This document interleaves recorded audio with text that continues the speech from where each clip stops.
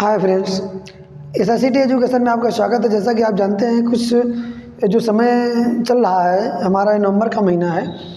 इसमें जो हमारे पेंशनर होते हैं, वो पेंशनर्स हमारे जीवन प्रमाण जमा करना आवश्यक होता है। क्योंकि अगर आप रिटायर्ड हैं, आपके घर में कोई रिटायर्ड है और उनको जीवन प्रमाण जमा करना है, तो इसी महीने में जीवन प्रमाण जमा करना होगा। हो सकता है कुछ लोगों की पेंशन बंद भी हो गई हो, वैसे फ़िलहाल भी बंद नहीं होती, लेकिन अगर नवंबर महीने में जीवन प्रमाण जमा नहीं किया गया तो आपकी पेंशन बंद हो सकती है। तो इसलिए जिन लोगों के घर में भी पेंशनर्स हैं, वे जीवन प्रमाण, जिसको हम जीवित प्रमाण भी कहते हैं, यानी आप अभी जीवित हैं या नहीं है, इसका प्रमाण हमको हर वर्ष देना होता है। जिनकी पेंशन ट्रेजरी से आती है या डायरेक्ट डिपार्टमेंट से डायरेक्ट बैंक खातों में ट्रांसफ़र होती है, तो इसके लिए आवश्यक है कि जीवन प्रमाण आप जमा करें हर वर्ष समय से। अगर समय से आप नहीं जमा करते हैं तो गवर्नमेंट हमारी ये वेरीफाई नहीं कर पाती कि आप जीवित हैं या नहीं हैं। तो इसलिए जीवन प्रमाण हर वर्ष जमा करना अति आवश्यक ही है। कुछ क्वेश्चंस थे जिन पर हम भी यहाँ पर प्रकाश डालते हैं। जैसे मान लीजिए कुछ लोगों का क्वेश्चन था कि क्या क्या चाहिए होगा। हमको जो नए हैं उनको कन्फ्यूजन हो सकता है कि क्या क्या चाहिए होगा। तो सबसे पहले रिक्वायरमेंट हमारी है कि पीपीओ नंबर होना चाहिए हमारे पास, वो चाहे मिल कारखाने के द्वारा रिटायर्ड हमारे कर्मचारी हों या सरकारी कर्मचारी हों। तो सबसे पहले हमारी रिक्वायरमेंट है कि पीपीओ नंबर हमारे पास होना चाहिए। पीपीओ नंबर अगर नहीं होगा तो आप लाइफ सर्टिफिकेट सबमिट नहीं कर सकते हैं। तो सबसे पहले रिक्वायरमेंट हमारी ये है, पीपीओ नंबर होना चाहिए। उसके बाद आप जानते हैं आजकल आधार कार्ड से ऑनलाइन सबमिशन हो रहा है जीवन प्रमाण का, तो उसके लिए सबसे पहली रिक्वायरमेंट हमारी अगली है आधार कार्ड और साथ में बैंक पासबुक। ध्यान रहे, इसमें वही बैंक पासबुक लगाना है जिसमें आपकी पेंशन आ रही है। अगर आप दूसरा लगा देंगे तब भी जो है वो पीपीओ वेरीफाई नहीं हो पाएगा और आपकी पेंशन रुक जाएगी। तो इसलिए आप ध्यान रखें, अगर आप पेंशनर हैं, आपके घर में कोई पेंशनर है, तो इन बातों का ध्यान रखते हुए अपना जीवन प्रमाण, तुम ये भी देख लेते हैं कि जीवन प्रमाण जमा कैसे करेंगे, जीवन प्रमाण को हम सबमिट किस तरह से करेंगे। तो उसके लिए हमें क्या आवश्यकता है, जैसा कि मैंने अभी बताया आपको कि उसके लिए आधार नंबर आवश्यक है, मोबाइल नंबर और मोबाइल आवश्यक है, मोबाइल नंबर आवश्यक है और आधार कार्ड के साथ बैंक पासबुक आवश्यक है।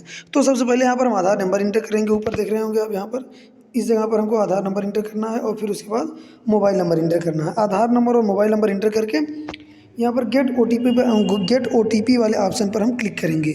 यहाँ पर हम जैसे ही क्लिक करेंगे तो जो नंबर हमने यहाँ पर इंटर किया उस पर एक ओटीपी आएगी।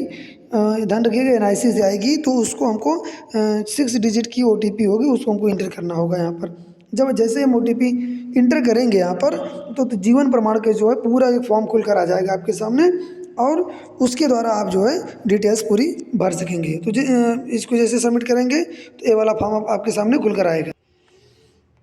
ठीक है, यहाँ पर हमने जो ओटीपी आई थी उसको इंटर कर दिया। अब ओटीपी जब जैसे ही इंटर करेंगे हम और जैसे हम यहाँ ओके पर ओके करेंगे, ये देखिए हमारे सामने ये खुल कर आ गया ये फॉर्म।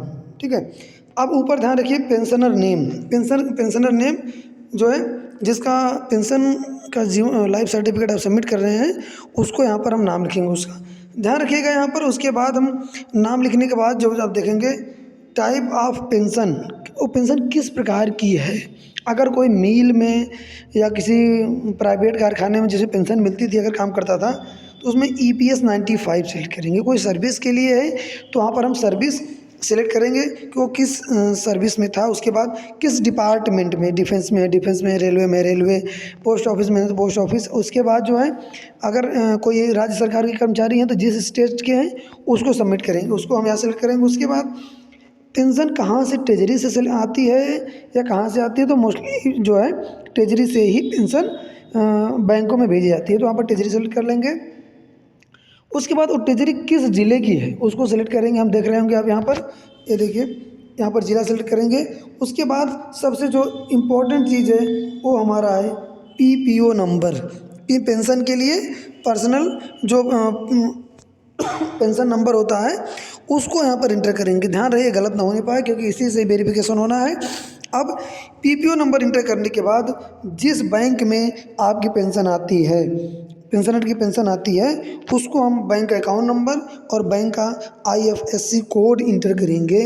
ये दोनों चीज़ें इंटर करके हम यहाँ पर बेसिकली दोनों पर नो नो ही रहता है। यहाँ पर जो है अगर नो नो नो उसके बाद सबमिट फिंगरप्रिंट पर स्कैन करने के बाद हम जो है देख पाएंगे कि यहाँ पर जीवन प्रमाण ID जैसे ही फिंगर लगवाएंगे आप मार्कफोर्स से या जिससे भी है जीवन प्रमाण इस ID आपके सामने जनरेट हो जाएगी।